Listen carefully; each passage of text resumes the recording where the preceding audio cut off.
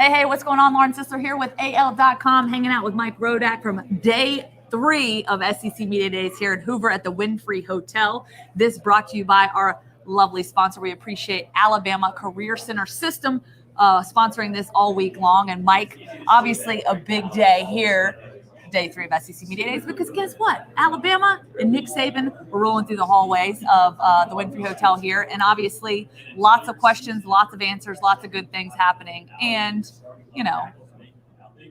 Michael Casagrande just walked through.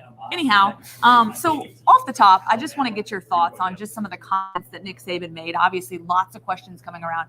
But one thing that was interesting to me, he's got a young team, a lot of guys coming back, a lot of changes, especially on the offensive side of the football. And he's kind of pumping the brakes on the praise for those young guys so far. Right. He seems to be setting the expectations where even earlier this offseason, he was saying it's going to be a younger team who might not be able to come out right away and score 50 points a game like they were last year. And that seems to be the message, especially with Miami right off the bat week 1, a team that was pretty good last year. And then you have a road game at Florida pretty early in the season as well. So he was talking about the challenge that might be for the offense, for Bryce Young, stepping in a quarterback, not having started the game yet.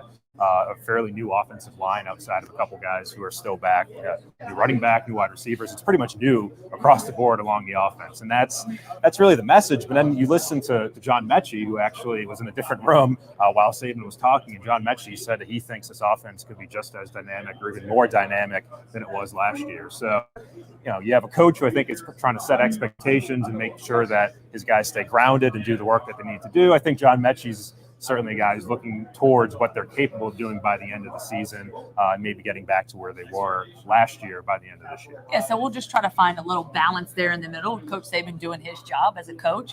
And, of course, John Mechie, talking big, talking his players up. And, of course, his quarterback, Bryce Young, that's kind of the next question. Mm-hmm. So yesterday, one of the bigger hot topics, I guess, coming through media days, because we get a few of those here and there.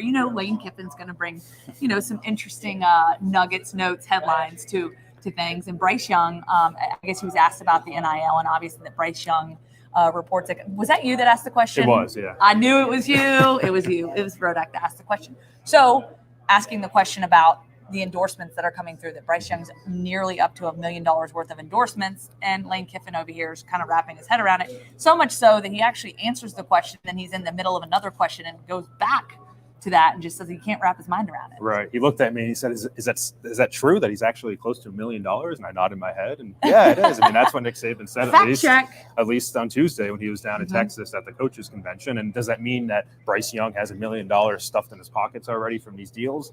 Probably not. It means that these deals over time can probably make him that sort of money, which that's to be expected. I know that's a big number that opens a lot of people's eyes, but that's what Tua Tagovailoa probably would have made early on at Alabama with all the publicity that he had. It's what other players would have made.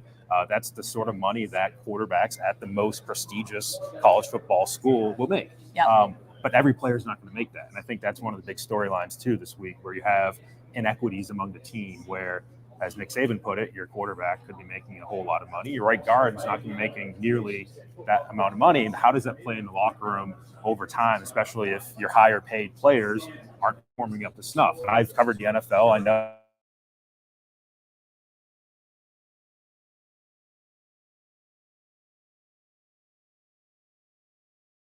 this is endorsement money that, in Nick Saban's case, he made that number kind of public, which you'd have to wonder how that plays in the Alabama locker room. We asked a couple players about that, Phil Mathis and John Mechie, and as you might expect, they didn't say as much of a problem, that they're happy for everybody and that this is a good thing for everybody. But it's still early. I mean, we're only 3 weeks into NIL, and nobody really knows, not even Nick Saban knows how this is going to work 6, 12, 18 months from now. Yeah, so really overall today, I know that's a question he got a lot. How was that really addressed? What was your sense from him really and how that's being sort of addressed inside the locker room and kind of behind closed doors? Right. Well, Nick Saban said it himself that he doesn't know how it's going to play out. And we all kind of look at Nick Saban as, he's one of the oldest coaches. He's going to know it all. Right. He's one of the oldest, most accomplished coaches. Like, he's the voice of reason and wisdom around here. Yeah. And in his case, he doesn't necessarily want to come out and say something that he thinks might be wrong Right. 12 months from now, because we don't know how this will play out.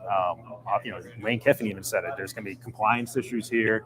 There's going to be issues with recruiting when you have a school like Ole Miss that doesn't have the same brand power as Alabama or Clemson or Ohio State, and therefore their players that they're recruiting know that they can't make as much money at that school. I mean, it's all going to lead to a competitive imbalance, I think, in the game that I think people around here certainly are taking note of and maybe are afraid of long term. The rich get richer. Right. And even Nick Saban will say that. I mean, that's something he always talks about, just with the rules and things that change. And, certainly, kind of speaking of the NIL, one thing that you kind of brought up, like you mentioned Tua.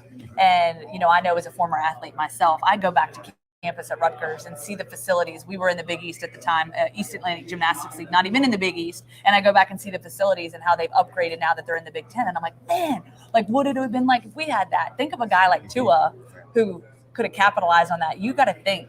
And now obviously he's cashing in the paychecks in the league. But think about he and his family and all these other players that are doing really well for themselves in the league. What it would have been like if this NIL would have come down a year ago, 2 years ago, 3 years ago.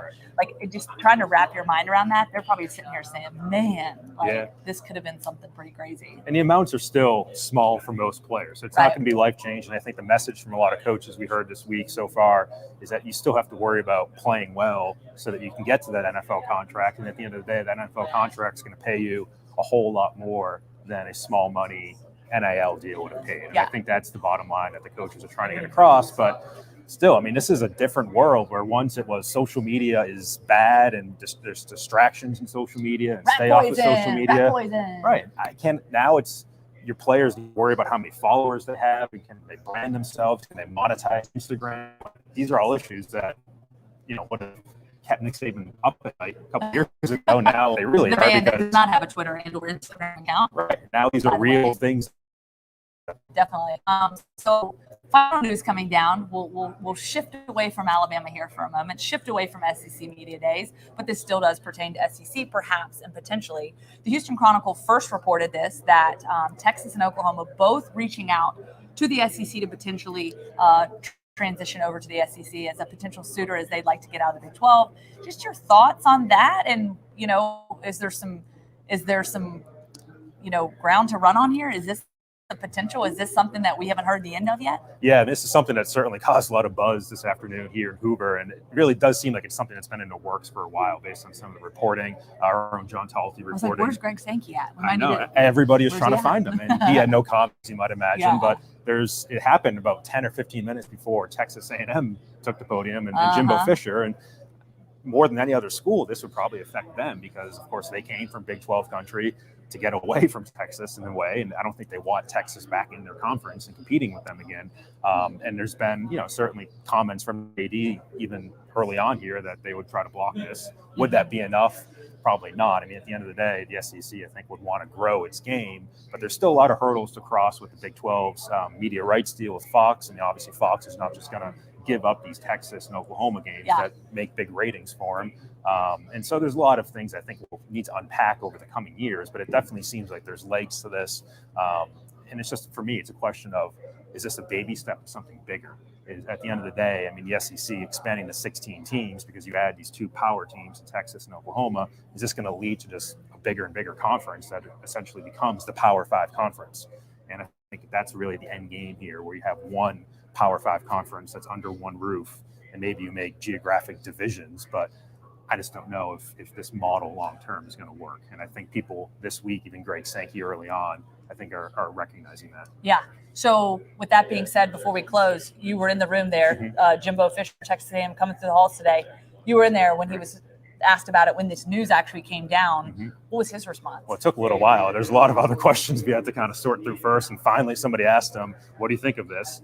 And he said, well, I bet that they would, that he bet that Oklahoma and Texas would want to join the SEC. But at the end of the day, it didn't seem like anything that he was too concerned about right now, as he shouldn't be, because they're not on the schedule this year. It's not going to happen next year, probably. It's still probably something that's a few years away. But it's something that for Texas A&M fans, I think will certainly be a big deal today. and in the future as well. Yeah, no doubt about it. He's Mike Rodak. I'm Lauren Sisler for AL.com. Of course, you can check out all our coverage from SEC Media Days throughout the week on AL.com, as well as our social media.